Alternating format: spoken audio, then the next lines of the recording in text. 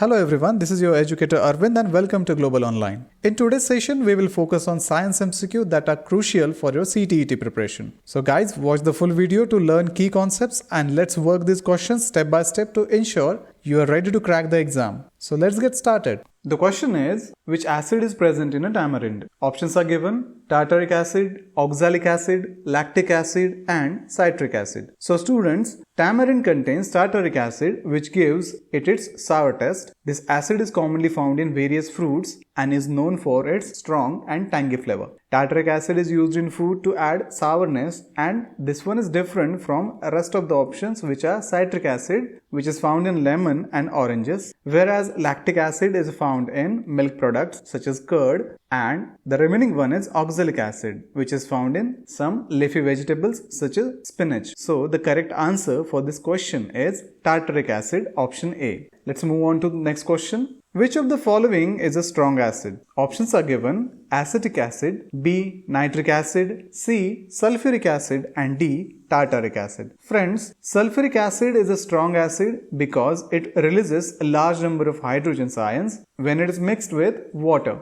which make it highly reactive. Strong acids like sulfuric acid can cause severe burns and are often used in laboratories and industries for various purposes. In contrast, acetic acid, which is found in vinegar, and tartaric acid, which is found in tamarind as we already seen, are weak acids as they release fewer hydrogen ions, making them less reactive. So the correct option for this question will be option C, sulfuric acid. Okay, guys, before moving forward, I would like to introduce Global Online's complete CTET 2024 course covering all the subjects with the full syllabus. You will get the access to video lectures and interactive live classes from expert educators. In this course, we have complete syllabus notes, topic-wise MCQs and mock tests to sharpen your skills. This course is made specially for CTET 2024 aspirants, giving you every tool you need for the success. For more details, contact us on WhatsApp on the given numbers, or you can simply download Global Online app from Play Store. Let's see the next question now. Fuming sulfuric acid is a dash dash. Options are given: A. phosgene, B. limestone, C. oleum and D. water gas. So friends, fuming sulfuric acid is also known as oleum. It is a solution of sulfur trioxide, that is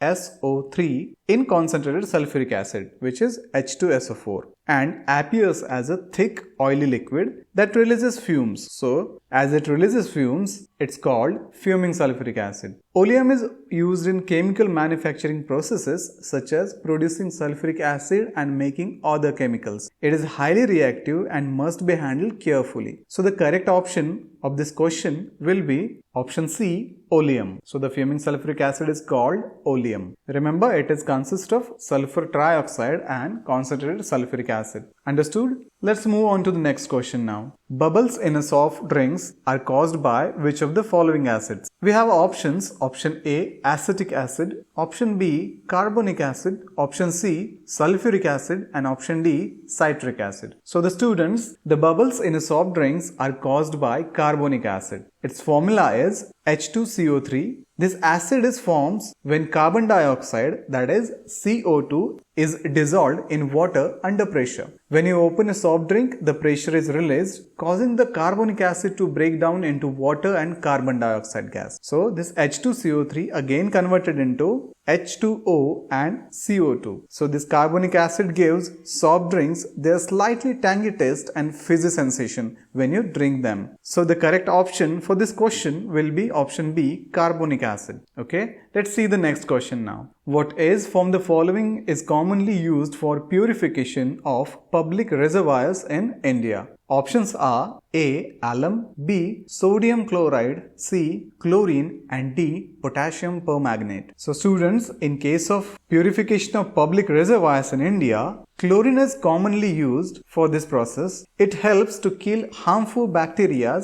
viruses and other microorganisms, making the water safe for drinking. Chlorine is added in a small amount to water and it ensures that the water is disinfected before it reaches to homes. This is an important step in water treatment to prevent the spread of waterborne diseases such as cholera, etc. So the correct option for this question will be option C, chlorine. Let's see the next question now. Which acid is used to remove ink stains? Options are given: A. Oxalic acid, B. Butyric acid, C. Lactic acid, and D. Tartaric acid. So, oxalic acid is commonly used to remove ink stains. It works by breaking down the ink, which makes it easier to remove from fabrics. So, oxalic acid is found in various cleaning products because it can effectively remove stains from surface, including ink stains on a clothes. Oxalic acid is found in various cleaning products because it can effectively remove stains from surfaces, including ink stains on a clothes. However, it should be handled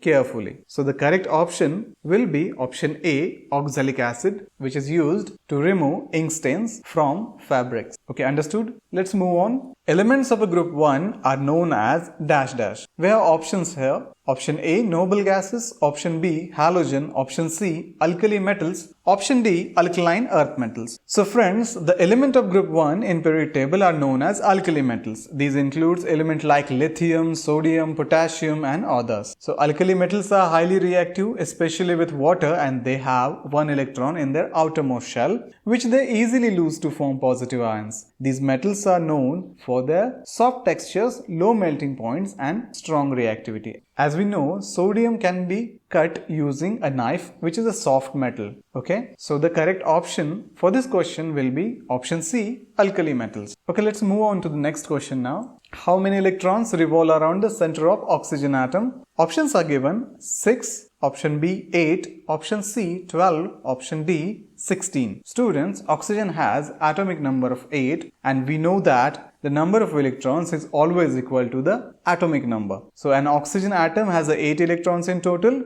but the number of electrons that revolve around the nucleus is determined by its own atomic structure. Oxygen's electronic configuration is 2, 6. Meaning there are 6 electrons in outer shell, which we call a second energy level. These 6 outer electrons are involved in bonding with other atoms, making oxygen as a highly reactive element itself. So the correct option for this question will be 2 plus 6, 8. So these 8 electrons are revolves around the center of oxygen atom. So the correct option for this question is option B, 8. Next question is, which of the following elements does not show chemical reaction? Options are radon, uranium, radium and chromium. So friends, radon is a noble gas and is chemically inert, meaning it does not easily undergo chemical reaction. This is because noble gases including radon have a full outer electron shells, which makes them stable and unlikely to react with other elements. On the other hand, uranium, radium and chromium are reactive elements that readily form compounds with other elements. Radon is present in group 18 of periodic table.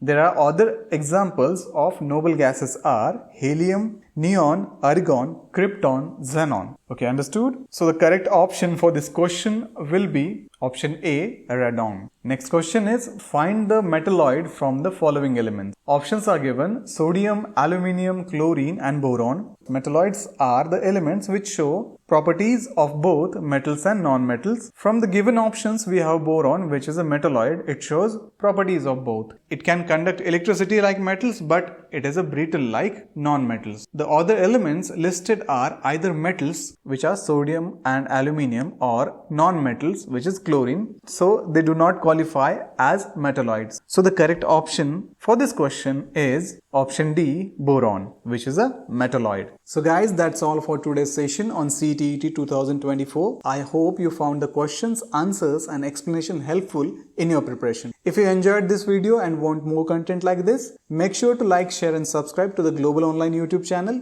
Don't forget to hit the bell icon so you never miss an update. Keep practicing, keep learning, and together we will make sure you are ready to ace the CTET 2024. For any queries or more resources, feel free to connect with us through the details provided in the description below. Thank you for joining me today. Keep pushing forward. See you in the next session. Bye-bye.